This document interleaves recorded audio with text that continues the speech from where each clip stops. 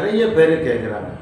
அதாவது சார், வசிய பொருத்தம் இல்லைன்னா திருமணம் பண்ணக்கூடாதுன்னு கேட்குறாங்க. வசிய பொருத்தம் இல்லைன்னா திருமணம் பண்ணக்கூடாதுன்னா பலருக்கு திருமணமே நடக்காது. காரணம், ஒரு சிலருக்கு தான் வசிய பொருத்தமே வரும், பலருக்கு வசிய பொருத்தம் வராது. 10 பொருத்தங்களில் அதுவும் ஒரு பொருத்தம் தான். அதற்காக வசிய பொருத்தம் இருந்தால் தான் திருமணம் பண்ணணும் அப்படின்லாம் எதுவுமே கிடையாது.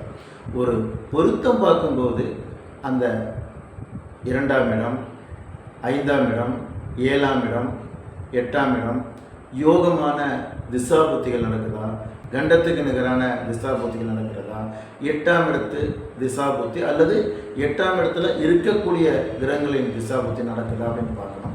அதற்கடுத்து 7 சனி, அஷ்டம சனி இந்த மாதிரிலாம் நடக்குதான்னு பார்க்கணும்.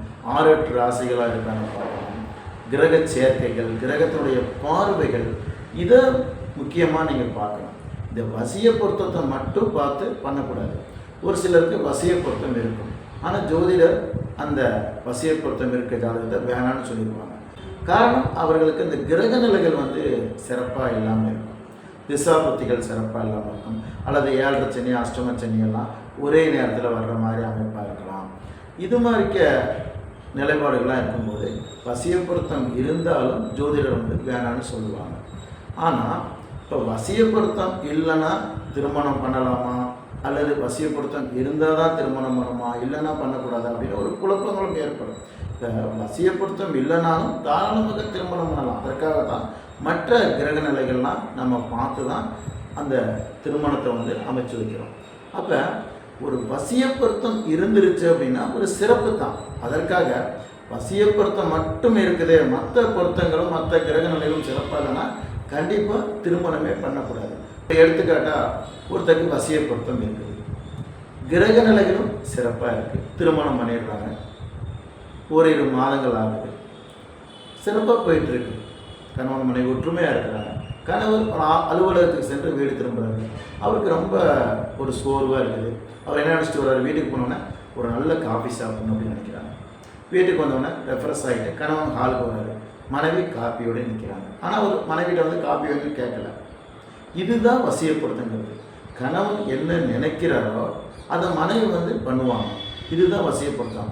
அதுக்காக காப்பி கொடுக்காத மனைவியெல்லாம் நல்ல மனைவி இல்லை அப்படின்னு சொல்ல முடியாது. ஒரு எடுத்துக்காட்டுக்காக சொல்கிறேன். ஒரு கோயிலுக்கு போகலான்னு நினைக்கிறாங்க, கணவன் என்ன செய்வார், கோயிலுக்கு போகலான்னா மனைவி வரமாட்டேன்பாங்க. மனைவி கோயிலுக்கு போகலான்னு நினைப்பாங்க, கணவர் சில வீட்டில் வரமாட்டாங்க, நீ போயிட்டு வாமா அப்படின்னு சொல்லுவாங்க. அதுக்காக இது சிறப்பில்லை அப்படின்னா அதெல்லாம் கிடையாது. அதாவது 2 பேரும் ஒருமித்து இருக்கிறது, ஒருத்தரோட புரிஞ்சுக்கிட்டு ரொம்ப அந்யோன்யமாக இருக்கிறது ஒரு வசிய பொருத்தம். ஒரு சில வீடுகளில் பாருங்கள், இந்த வசிய பொருத்தம் இருக்கவங்க ஒரு கருத்து வேறுபாடு ஏற்படும். அவர்களுக்கும் கருத்து வேறுபாடெல்லாம் வரும், சண்டையும் வந்துடும், ஆனால் பிரிய மாட்டாங்க. ஆனால் வசிய பொருத்தம் இருக்காது சில பேருக்கு. கிரக நிலைகள் சிறப்பாக இருக்காது, ஏதாவது கருத்து வேறுபாடுகள் வரும், சண்டையும் வரும். வீட்டில் கணவன் மனைவி பிரிந்து அடிக்கடி மனைவி வீட்டை விட்டு வெளியே போயிடுவாங்க. இந்த நிலைப்பாடுகளும் நம்ம பார்க்கணும். அதனால் ஒரு வசிய பொருத்தத்தை மட்டும் நம்ம பார்த்து திருமணம் பண்ணக்கூடாது. ஜாதக கிரக நிலைகள், திசாபுத்திகள், 10 பொருத்தங்கள், அதாவது இதுவும் முக்கியமாக என்ன அப்படின்னா, இந்த 10 பொருத்தங்களை பார்க்கும்போது தினம் கணம், இந்த 2 பொருத்தத்தில் ஏதோ ஒரு பொருத்தம் இருக்கிறது சிறப்பு. அதுக்கடுத்து யோனி பொருத்தம் ரொம்ப முக்கியம். அதுக்கடுத்து ராசி பொருத்தம்.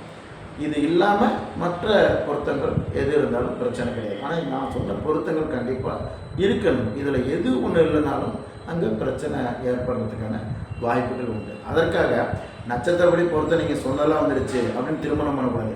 கிரக நிலைகளும் ஜாதக ரீதியான திசா புத்தி பலனையும் நம்ம பார்த்து தான் பண்ணணும். இப்போ ஒரு சில வீடுகளில் ஒரு கூலி தொழிலாளி இருப்பாங்க. ஒரு சில பேர் பார்த்திங்கன்னா ட்ரிங்க்ஸ்லாம் யூஸ் பண்ணுவாங்க. ஒரு சில பேர் மனைவியை திடீர்னு அவங்களாம் அடிச்சிடுவாங்க, வீட்டில் சண்டை போடுவாங்க. ஆனால் அடுத்த நாள் பார்த்திங்கன்னா 2 பேரும் ஒற்றுமையாக வேலைக்கு போவாங்க, ஒரு கோயிலுக்கு போவாங்க, ஒரு ஃபங்க்ஷனுக்கு போவாங்க.